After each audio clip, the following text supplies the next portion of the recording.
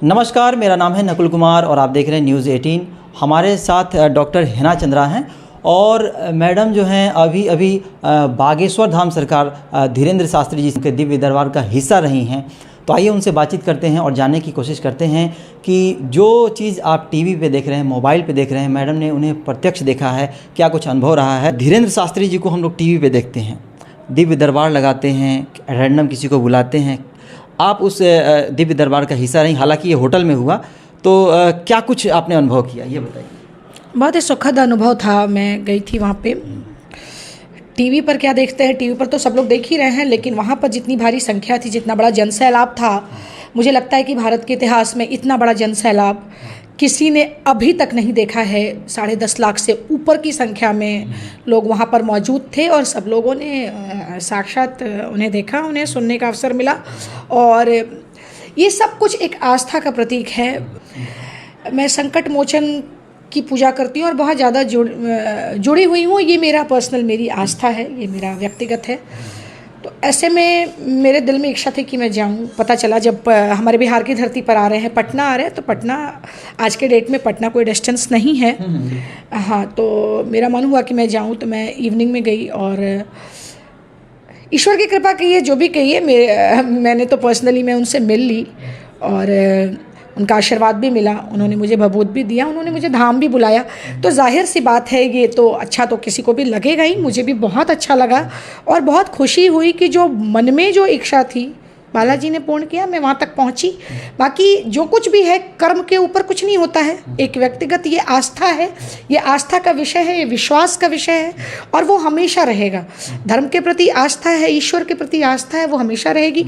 और वही आस्था कहीं ना कहीं मुझे खींच के वहाँ पे लेके गई। मैं गई और गई भी और दर्शन भी हो गए। दिव्य अनुभूतियों की बात कही जाती है, आपने कैसा अनुभव किया? दिव्य अनुभूतियों की बात देखिए, होता क्या है ना कि आप जिस तरह चीज़ों को देखते हैं वैसा ही आपको वो दिखता है। ठीक है, प्रभु देखी मूरत तिन तैसी जाकी जैसी भावना। तो वही बात है। आप कुछ लोग ऐसे भी हैं जो उल्टे पुल्टे बातें भी कर रहे हैं और आस्था किस कदर वहाँ पे उमड़ी थी, किस रूप में उमड़ी थी, ये किसी से छुपा नहीं है, ये सब देख रहे हैं। तो कुछ तो है ना कि इतना बड़ा जन सैलाब अगर वहाँ मौजूद था तो कहीं ना कहीं वो आस्था का ही विषय है।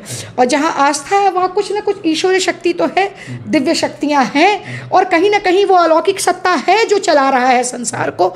इस बात से हम कभी भी इनकार नहीं कर सकते कि मानो तो शंकर है, ना मानो तो कंकड़ है। और इसी पर हम लोग चले आ रहे हैं ना। हमारा सनातन संस्कृति यही कहता है। वो एक पत्थर को भी पूजने की जो बातें हमारे सनातन में कही जाती है, तो बातें वहीं आकर के रुकती हैं। हम सब शिक्षित हैं, इसको अंधविश्वास नहीं कह सकते, ये आस्था का विषय है और वो हमेशा से रहा है, रहेगा और वर्तमान में भी है। और लोग किस कदर जुड़े हुए हैं ये देखने का विषय। इस पर कुछ क्या कहा जाएगा। कहा जाता है कि धीरेंद्र शास्त्री जी जो हैं, बागेश्वर धाम सरकार हैं, वो माइंड रीडिंग करते हैं। आपने वहाँ महसूस किया, क्या ऐसा कुछ देखा आपने? देखिए, माइंड रीडिंग जो मोहतरमा कह रही हैं, वो खुद एक माइंड रीडर हैं, इसलिए वो हर चीज़ को उसी तरह से जस्टिफाई करने का प्रयास करती हैं। मैं फिर कह रही हूँ कि इस पूरी सृष्टि को चलाने वाला कहीं ना कहीं कोई अलौकिक सत्ता मौजूद है और हम सब, धर्म कोई भी हो, इस बात पर विश्वास करते हैं। हम तो सनातन संस्कृति से आते हैं, हम सनातनी और हमें भरोसा है। तो माइंड रीडिंग की जहाँ तक बात है, आप स्वयं सोचिए ना, ये तो इसके ऊपर तो कितने पत्रकारों का क्लास लग चुका है वहाँ पर, कितने मीडिया पर्सन्स को बुला करके उनसे भी उन्हें भी बुलाया गया और उन्हें एट रैंडम 10 लाख की भीड़ में से किसी एक को चुनने को कहा गया। बाबा वाज नॉट नोइंग कि कौन आएगा कौन नहीं आएगा, लेकिन बिफोर हैंड वो लिख के रखते हैं और चीज़ें वैसी। वो हमेशा कहते हैं कि बालाजी मुझे वो एहसास देते हैं और वो मैं लिखता हूँ और कहीं ना कहीं वो शक्तियाँ उनके अंदर कुछ तो कृपा है, कुछ कृपा तो है, ये मैं मानती हूँ। और इनफैक्ट सब मान रहे हैं इस बात को, मैं नहीं मानती ये माइंड रीडिंग है। और चीज़ें मैं फिर बोली कि जैसी जिसकी भावना होती है उसी हिसाब से लोग देखते हैं। वो इस चीज़ को माइंड रीडिंग कह के जस्टिफाई करने का प्रयास कर, लेकिन माइंड रीडिंग आपको उसके सामने होना होगा। आपको नहीं पता है बंदा है कौन, कहीं से आप ही खड़े हैं, आप ही को कहेंगे जाइए किसी को उठा के लाइए, उसके पहले से वो लिख के रखे रहते हैं। और फिर ये कितना मतलब महज संजोगी है ना, इसको क्या कहिएगा, क्या कोइंसिडेंस होता है कि जो वो लिखते हैं वही व्यक्ति का कंप्लेन होता है, वो भी वही पूछना चाहता है जो उन्होंने लिख के रखा, या जिसके बारे में वो लिख के रखते हैं आपसे कहने पर भी आप उसी इंसान को चुन के लाते हैं जिसकी वही समस्या है। तो इन चीज़ों को क्या कहेंगे, कहीं ना कहीं तो कृपा है, बालाजी की कृपा है, संकट मोचन की कृपा है। और आज के इस युग में मैं यही कहूँगी कि वो बजरंगबली के भेजे हुए एक दूत हैं, उनके बहुत बड़े भक्त हैं, तो उनकी कृपा साक्षात उनके ऊपर है। लगा वहाँ पे आप होटल में जैसे काफ़ी लोग वीआईपी लोग केवल रुके हुए थे, जैसे सुनने में आया, तो वहाँ उन्होंने अर्जी कैसे, सामूहिक अर्जी लगी या व्यक्तिगत अर्जी लगी, कैसी अर्जी लगी? नहीं, वहाँ पे सामूहिक अर्जी लगी, क्योंकि मैं जब मिली थी तो इट वाज मिडनाइट, तो रात्रि के समय में भी एक्चुअली क्या है ना, बिहार में बाबा ने बोला भी अपने प्रवचनों में भी, उन्होंने कहा कि बिहार में जिस तरह का रिस्पॉन्स उनको मिला, जिस तरह से यहाँ पर लोगों के आस्था का जन सैलाब जो उन्होंने देखा, वो दैट वाज नॉट एक्सपेक्टेड। तो उन्होंने ये कहा कि जब तक मेरे अंदर प्राण रहेंगे मैं बिहार आता जाता रहूँगा। तो आपको बता दें कि देखिए, व्यक्तिगत तौर पे हर किसी का पर्चा निकालना that was not possible. Champaran आने के लिए आपने कहा कि नहीं? देखिए, वो जाएंगे, हर जगह जाएंगे, बातें। अब मैं पर्सनली तो मैंने ऐसा भी नहीं कहा है, उन्होंने मुझे कहा कि तुम धाम आओ, तो मैं ज़रूर एक बार जाने का प्रयास करूँगी। अब मुझे नहीं पता ईश्वर कब बुला रहे।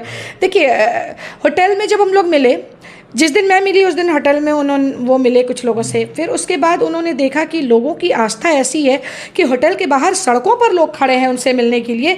तो अगली रात्रि वो होटल के बाहर ही वो बैठ गए सबसे मिलने के लिए। तो ये नहीं कहा जा सकता सिर्फ वीआईपीज़, रोड पे हर कोई मौजूद था। तो जब होटल के अंदर थे तो हम लोग वहाँ गए, वहाँ भी मिल लिए। जब सड़कों पर थे लोग तो उनसे भी आके वो मिले। इसलिए कोई वीवीआईपी या वीआईपी कल्चर नहीं था, हर किसी से वो मिलने का प्रयास कर रहे थे। लेकिन समस्या ये है कि मतलब इतना ज़्यादा भीड़, इतनी ज़्यादा संख्या में लोग, इतना ज़बरदस्त आस्था कि कैसे पॉसिबल हो पाएगा पर्सनली मिलना, ये तो सोचने वाली बात है, इतना नहीं हो पाएगा। लेकिन फिर भी एक एक करके सबको उन्होंने आशीर्वाद देने का प्रयास किया, सबसे मिलने का प्रयास किया। और मुझे भी कहा, मैं एक राम मंदिर लेके गई थी उनके लिए, उसे उन्होंने लिया, क्योंकि राम जी के भक्त हनुमान और हनुमान के भक्त वो स्वयं। तो राम मंदिर देखकर वो स्वयं बहुत खुश हुए और उन्होंने मुझे बुलाया भी, उन्होंने कहा भी कि आप आओ, आप ज़रूर धाम पे आना। तो मेरी आस्था ऐसे भी मैं जाना चाहती हूँ। अक्सर आप लोग देखते होंगे सोशल साइट्स पर भी मैं पूजा पाठ करती रहती हूँ, और ये तो व्यक्तिगत आस्था का विषय है। अगर आपको मौका मिलता चंपारण वासियों के लिए कुछ कहने के लिए, मांगने के लिए, तो अपने पूर्वी चंपारण के लिए क्या मांगती? देखिए, पूर्वी चंपारण सत्याग्रह की भूमि रही है, हमेशा से एक नई शुरुआत यहीं से होती है। और सुख और शांति तो हर कोई मांगता है।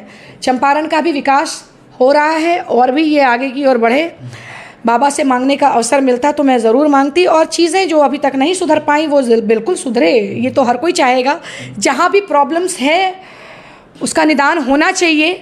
इसको मैं बहुत ही जनरलाइज शब्दों में कह रही हूँ, क्योंकि बहुत ज़्यादा अरे ये तो बेसिक चीज़ें हैं ही। ये जो जिस चीज़ का प्रतिनिधित्व लोग कर रहे हैं, वो लोग अपना अपना काम कर रहे हैं, तो जनता दोबारा मौका देगी। एक व्यक्तिगत क्वेश्चन है, आपने बाबा से ये कहा कि नहीं कि अगली सांसद में मोतिहारी की मैं ही बनूं? ये व्यक्तिगत क्वेश्चन। अरे ऐसे व्यक्तिगत क्वेश्चन, और मैं सांसद बन जाऊं ऐसा मैं अगर बोलूँगी बाबा मुझे एक टिकट दिला दीजिए। नहीं, ऐसे करके कोई नहीं कहता है, और जो मन्नत मांगी जाती है वो पब्लिक नहीं किया जाता। तो ये हैं डॉक्टर हेना चंद्रा, जिनसे हम बातचीत कर रहे थे। धीरेन्द्र शास्त्री जो पटना के नौबतपुर में आए थे, और काफ़ी लोगों की अर्जी लगी, और उस दौरान मैडम को भी उनसे मिलने का मौका मिला। फिलहाल पूर्वी चंपारण से नकुल कुमार, न्यूज़ 18।